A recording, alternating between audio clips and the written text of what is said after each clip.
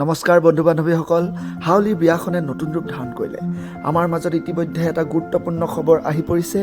গতিকে আপোনালোকে ভিডিঅ'টি শেষলৈকে চাই থাকক। আপোনালোকে দেখিবলৈ পাব ভনীয়েকে কি মন্তব্য কৰিলে বিয়াখনৰ ওপৰত। সমগ্ৰ অসমবাসী ৰাইজক আচৰিত কৰি তুলিলে।